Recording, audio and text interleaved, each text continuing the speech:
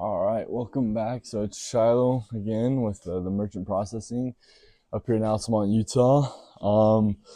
So the last video, I just did a little introduction. Well, me and my brother did. Sadly, he's not with me today. He's out in Salt Lake area doing just work out there and stuff like that. And so today, but I really wanted to talk about merchant processing.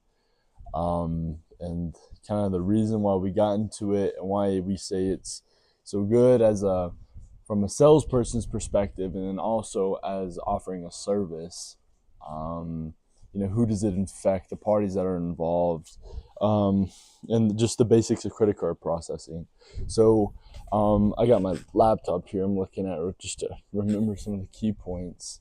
But so what is merchant processing? So merchant processing is basically, to keep it dumbed down, anytime you go to the store and you use a credit or debit card on any machine and you pay with that, that is credit card processing, right? Merchant processing is the fancy word for it. That machine and software is processing your card information, the money on it, and sending it around, right? So it has to go to the bank, then it goes to the store owner, and then it comes, it makes a full circle. So that is very dumbed down credit card processing, merchant processing, right? But usually when you say merchant processing, that refers to the owner, right? The merchant that owns the system, the POS system, the software, all that, to be able to accept payments from, via credit card and debit cards. Or you can even do, there's a Payless now, just fancy Apple Pay, whatever it may be that you use, Venmo, that's all merchant processing. Now that is a super dumbed down way, to describe it.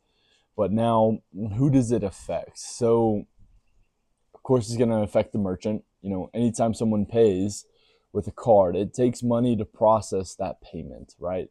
So, to keep it simple, sometimes you go to the store. Everybody knows Walmart, right? You go to Walmart, and whether or not you pay for with card or cash, there is a credit card fee that they add on, right? And that is a merchant processing fee or a credit card processing fee, right? But they do it on both, right? The cash and the card, just because they're a huge corporation, and they've figured out in their numbers, hey, we'll do a little bit here and a little bit on the cash side, a little bit of card side, and it'll make up the difference. Go to your local stores, sometimes you'll see, oh, there's a 3% added on each charge. That's a merchant processing fee. Or sometimes, you just see there's an extra tax that's an extra like 2% or whatever it may be. That is all credit card processing fees. Um, that's the super basic way of it, and it affects everybody because, for example, if you're the merchant, it'll affect you because it's taking, up to 2 or 3% of your income, and that's going to pay for processing fees, right? Well, 2 to 3% doesn't sound like a lot, but at the end of the year, 2 or 3% of your entire sales off of credit card and debit cards, that adds up, right? Especially if you're a small mom and pop business, 2 3%. I mean, that can be, several $1,000s. It'd be several percent, a huge percentage of your income right there. And so, as people that are like me, Brown Duck Solutions, and other people, salespeople, what we do is we try to get those margins as slim as we can. And then how it affects now the consumer, let's just say when I go or you go to buy anything, how it affects you. So when you see it all the time, a 3% is added or 2% is added on all credit card, um, charges or sales.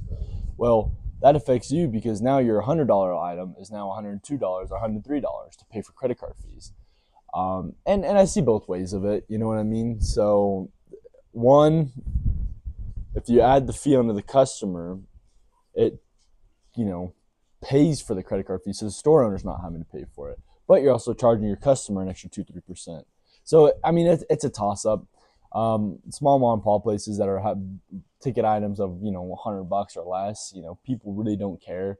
But you start, let's say you go to get your car done, it's a couple $1,000. Well, 3% added onto that, it's a couple $100. Well, it's gonna raise an eye, right? So you just gotta weigh it and see what your customer's gonna like, right? So there's the two sides. So that's who it affects: the customers and the merchant, right? The store owners. Now that's really the basics of credit card processing. And I guess even another thing I wanted to talk about with you guys today, is why we're doing this, why Brown Ducks. Me and my brother and dad started this, right? And just who does it benefit, and why it seems like an odd thing to do, right? Merchant processing, credit card processing is so weird, right? So we started doing this. Now this is from I guess you could say a business owner, a salesperson's perspective. It's passive income for us. So once you sign somebody up, usually they're locked in for about 2 to 3 year contracts. With us, we don't really believe in contracts. You like the product or you don't. But if they like you, I mean, they'll stay with you for years, right? I mean, I've literally been to people and talked to them. They're like, "Oh, dude, I've been using the same card guy for 15 years." I'm like, "Dude, good on you." You know what I mean? And so what we try to do is save people money and offer them a service. So it costs nothing to sign up, right? We just save you money. So you're offering a service for people. That's the one thing that we really like.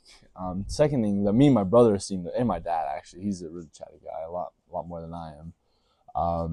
But you get to meet a ton of people and business owners, like-minded people that want to support local. They don't want to help, two young guys out. Me and my brother, we're in our 20s, just doing this, and you get to learn a lot from these older men and women that have just experience and just get different ideas, and it's really cool. It's really neat. So that's the second thing that we really like, and the third thing, like I said, is the passive income, right?